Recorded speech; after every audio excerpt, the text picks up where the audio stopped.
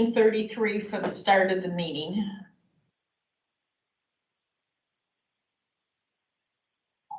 So we'll first observe a moment of silence for the 2 patrol officers who were lost in Syracuse last night.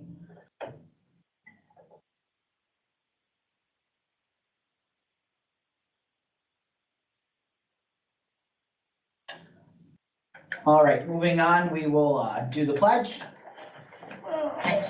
Screen share. Windows. Boom. I pledge allegiance to the flag of the United States of America and to the republic for which it stands, one nation, under God, indivisible, with liberty and justice for all.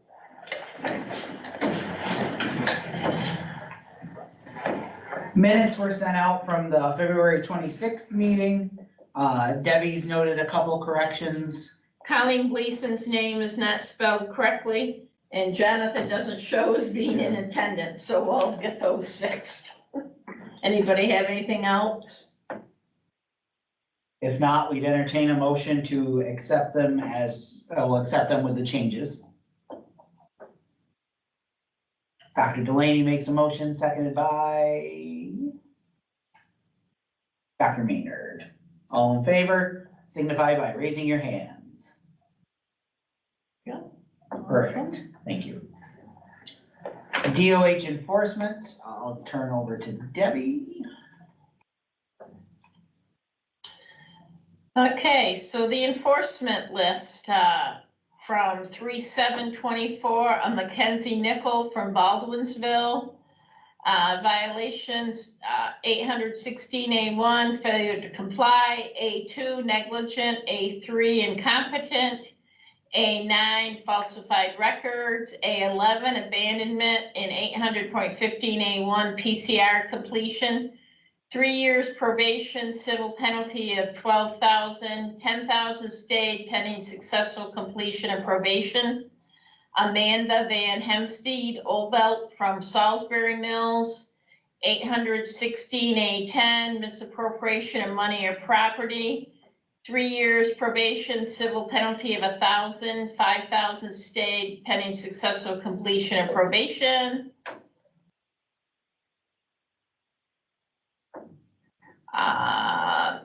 311 Jeffrey Ashton from Medina, New York, 815A2, comply with state regional protocols, and 816A1 through 3, comply with requirements, negligent in, different one.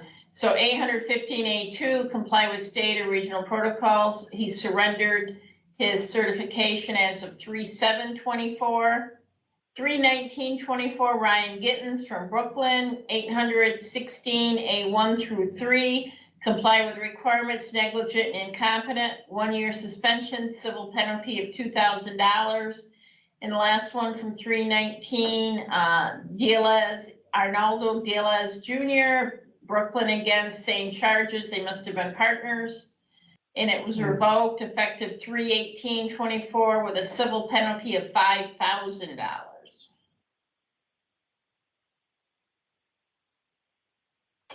Next is correspondence. I have not received any since our last meeting.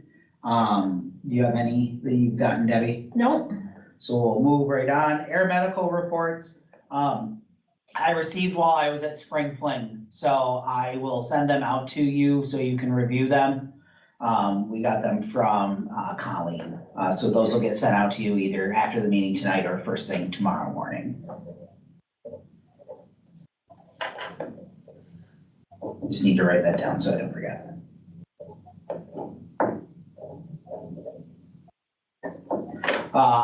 Under new business, or sorry, old business protocols, they are working on the collaborative education for the new collaborative protocols that will take effect on June 1st. That is the targeted goal for that education.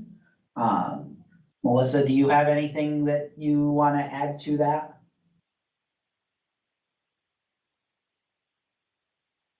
Not that I can think of. Okay. I just wanted to give you the opportunity to talk, that's all. Corner Committee, Melissa Brook.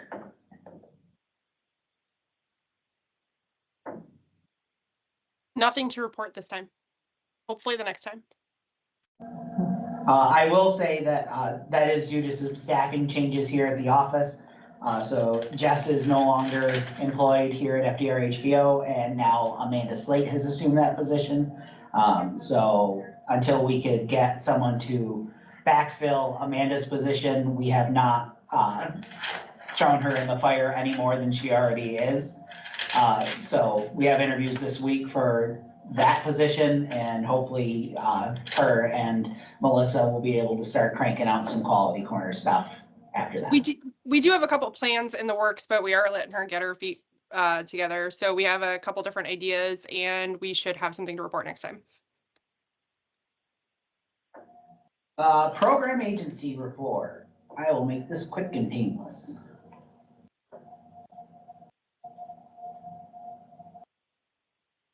I'm just gonna put C attached, correct? Yep. Come on, there we go. Did you skip medical director memorial? It's just a leftover. Okay. So PAD updates YMCA for downtown location. This is their former location on Washington Street. They updated, and then update for Wake Toyota, and then a new PAD application for the Watertown Family YMCA for their new downtown location.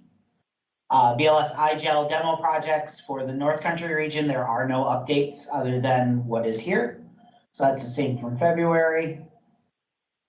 Regional BLS adjuncts. So we have received applications from Smithville Fire, who they still are listed in the state database as being active. Okay.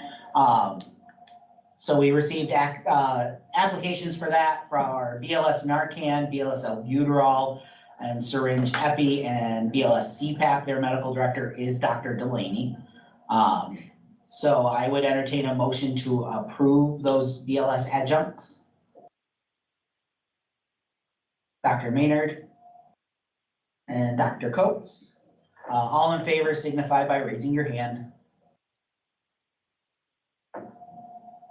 And then we have a BLS 12 lead application from Carthage Area Rescue Squad. And they intend on using the Pulsera app with Carthage Hospital to transmit those EKGs, which is going to be pretty cool. Can we have a motion to approve that application? Dr. Delaney, seconded by Dr. Howland. All in favor signify by raising your hand. Thank you. Where did my mouse go? There we go. So EPCR, we've made a lot of great progress with this. We only have 2 agencies that have not made any progress towards getting on an EPCR platform, Great Bend Fire Department and Potsdam Campus Rescue. And I believe North Lawrence and Chameau are either currently have gone live in the last week or going live within the next week or 2. CQI initiative, so Amanda is out sick, so I will do the best I can at butchering this for her. So as you all know, we started a CQI initiative out of the office. We did present this to the REMSCO a couple weeks back and had some really good conversation about it and a direction to go with it as far as EPCR vendors. So in January, we reviewed a total 74 calls. 36 of those were from the Mountain Lakes region, 38 of those were from the North Country region. And then you'll see in the graph next to it, the orange line is the North Country, the blue line being overall. And we're finding a real lack of complete assessments on patients, whether it's being documented in the narrative, but they're not using the drop downs and things that they should to document that. So overall, and you'll see this is a trend for the next 3 months in this report, that is an issue. So we're gonna work with agencies that are with the different software vendors that we have in the region to make sure that it's not a mapping error, and that it truly is providers aren't filling in the drop downs, et cetera, and move forward with that. So in February, we reviewed 63 calls, 36 from Mountain Lakes, 27 from the North Country. You'll notice that the North Country did better when it comes to assessments there, but the overall average was significantly lower than that. And same for March, we reviewed 50 calls, 31 from the Mountain Lakes region, 19 from the North Country region. And again, assessments overall and in the North Country region were down significantly. Didn't do protocols. Because I don't have the. I think you should give them more of that. Okay. So past trainings, we had Spring Fling. This past weekend, we had 141 total attendees. I feel, and Debbie can chime in, that it was an incredibly successful weekend for us. Absolutely. A lot of great feedback, a lot of people commenting. We did a mental health breakout, well, not breakout, but a session for the ALS track that really talked about the services that were available for providers in the North Country region, but also dove into a little bit of my mental hygiene law. And that had some tremendous reviews. So we're working on a plan for next year to maybe do a breakout session that specifically focuses on mental hygiene law and provider mental health. So QPR trainings or mental health for first responders. I think we had no negative feedback on any of the speakers and the topics. Everybody was just, it was a very good weekend. There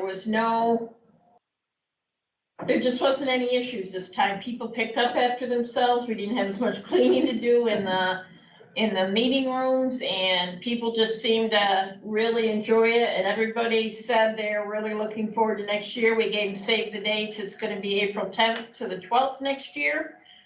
So they already have that, and not one person said they weren't coming back. Everybody's like, we'll see you next year. They were very, very positive. Raleigh Churchill was our keynote speaker, talking about going from paramedic to patient. He did an excellent job talking about that, and that was well received. We've already booked Dan Batesy. We've already booked Lillian Bogsignor to come back. Those will be our two big ones, and we'll use regional speakers for the rest. It was just a very positive weekend. We didn't have, knock on wood, we had no issues, so. At least none that anybody wanted to say to us. So the next thing that we did have Fort Drum EMS Day, we had 18 attendees. It went incredibly well. Thank you to the staff at the Mystic and for Fort Drum just allowing us to use their facility and their staff. We also had one of their staff members was one of the instructors for the CIU that was held at Spring Fling. And it's just really good to see that relationship blossoming again and being able to use their facilities for training. We are planning a fall date, which will be outdoors, and we plan on using their obstacle course for part of it. So it's going to be a great time, hopefully.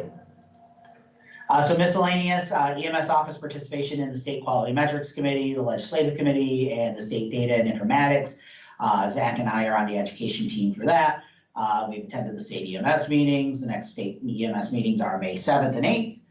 The state EMS memorial is May 22nd. The state does hope to have the new memorial completed by the state. Here are some of the miscellaneous things that we've been participating in. I'm not going to read it all. If you have anything that you need submitted to our office, we have the paperwork at fdrhbo.org email address. Does anybody have any questions for the program agency? Just give me an update on the protocol. Let's go back. Yep. I am going to bounce back real quick to the protocol update. So as you know, we got the request at the last meeting from Fort Drum for standing orders for ketamine. I'm waiting for Ed to send it on paper, but essentially they're federal. So what they do on post is what they do on post. When they come off post is when they have to fall in line with the protocols. So I'm waiting for Ed to send me something officially on paper in black and white that we have. So we officially know what is what. So once I have that, I will share it with the group. Any medical director changes? No medical director changes. And we talked about spring fling. All right, new business. So we have the let me try saying that again, trauma destination recommendations.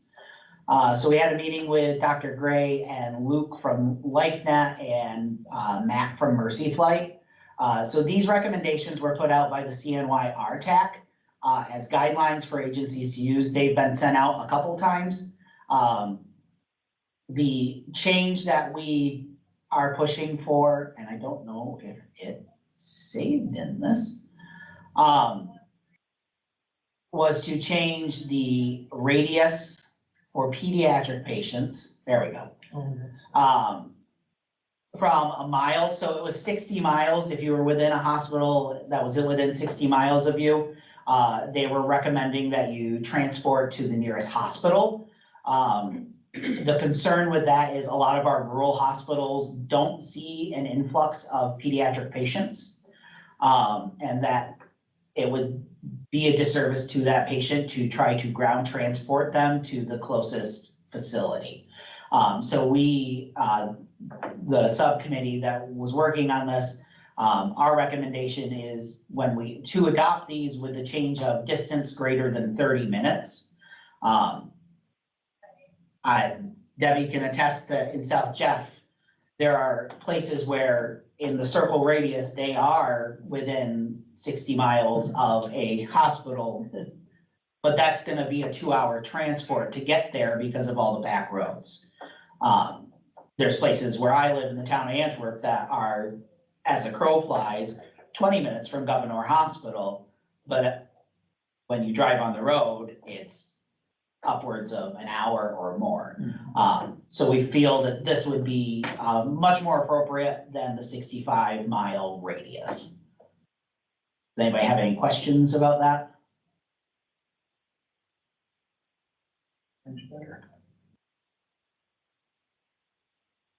Hearing none, then can I have a motion to adopt the trauma destination recommendations with the change to the 30-minute time frame? Dr. Delaney makes a motion, seconded by Dr. Maynard.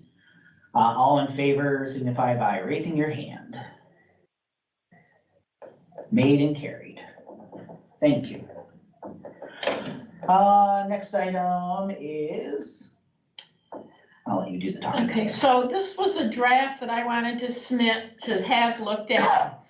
I feel that we can do racemic epi, but I don't know how many people know how to do it. And when you're on a call, a serious call, and you're looking to do it, isn't the time to figure out when to do it. So I thought that would be good to add to the protocol for the first semester for AEMTs, Ps, and CCs, so that was in there. And then down below for the second semester, the advanced EMTs have a station called pediatric respiratory compromise that they have to do for their skills. And I thought that would be good to add in for the pediatric side for them to do that once a year as well. So I was just, looking at what we do and what we have. I just was concerned that people don't know how to necessarily do the racemic epi. And I thought the advanced providers should be doing the pediatric respiratory compromise.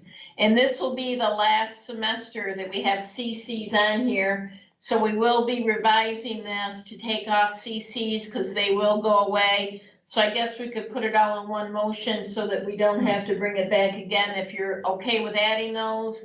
And then knowing that for the next semester, wherever it says CC, that would be eliminated. That goes in 27, right? Oh, no, I'm sorry, you're right. Yeah, 27. Yeah, you're right. No, it stays. We have another couple years. Yeah, sorry. Can we have a motion to approve the change? I already changed the questions. Or any questions? Dr. Delaney's making a motion. Do we have a second? Dr. Maynard? Oh, sorry. I got it. Just throw something That's on me, here. I'm gonna put her down. All right, all in favor signify by raising your hand. Dr. Coates done figuring it. Oh, he raised his hand. Just a little lag. Okay. Made and carried. Item number 12. So there was a new state law that was put into effect on AED requirements, and all sporting events have to have them. This is really coming into play right now with Little League. The Little League for this region goes all the way from Syracuse to Potsdam. So I've been working with a lot of the areas by their group, helping them put together the AED and working on the requirements. We've been reaching out to the agencies that cover their area. So I'm trying to encourage them to get an AED where the pads could be used and we could replace them and not have them have one that doesn't use that. But what I'm looking for is, I was wondering if I could get a couple docs that would be willing to sign off on those pad applications for us. One for Jefferson, one for Lewis, and one for St. Lawrence County. And I will continue to help the agency checking over their emergency preparedness plan and help them to make sure that they have the training on how to use them. Dr. Delaney, are you saying you'll be one of them? Dr. Howland, are you also saying you'll be one of them? Perfect. Oh, cool. Thank you so much. Any other new business to bring before the committee? Oh, Dr. Briden's application didn't make the agenda. Oh, is it right out there? Yes, it's right out there. Yeah, let's do that then.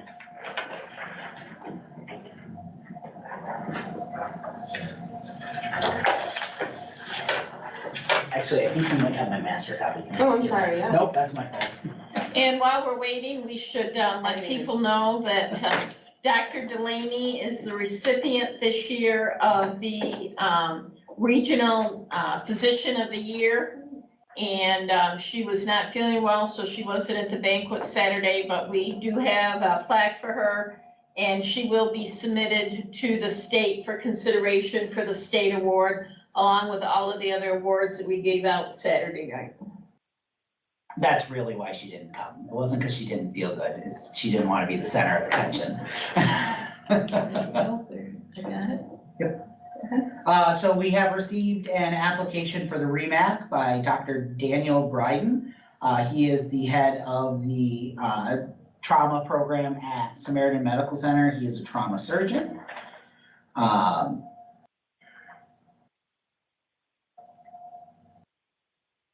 Can we have a motion to add him? Colonel Bento, seconded by Dr. Delaney. Any comments, reservations, anything like that? If not, signify yes by raising your hand.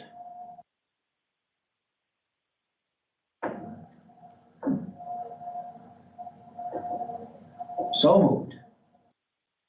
Then can we have a motion to adjourn? Or actually, Melissa, do you have anything you want to say or bring up? Oh, yeah, Melissa Sorry. Lockwood. I'm so used to there not good, being, I'm used to there not being, so when there is, I forget. I'm sorry. No, you're good. I'm good unless somebody has any questions for me. Motion to adjourn? Whoever you want to write down. All right, thank you so much, everybody. Really appreciate the The next accommodating the meeting, I change. don't think you put Your next meeting June 3rd. is June 3rd. Thanks all. So it's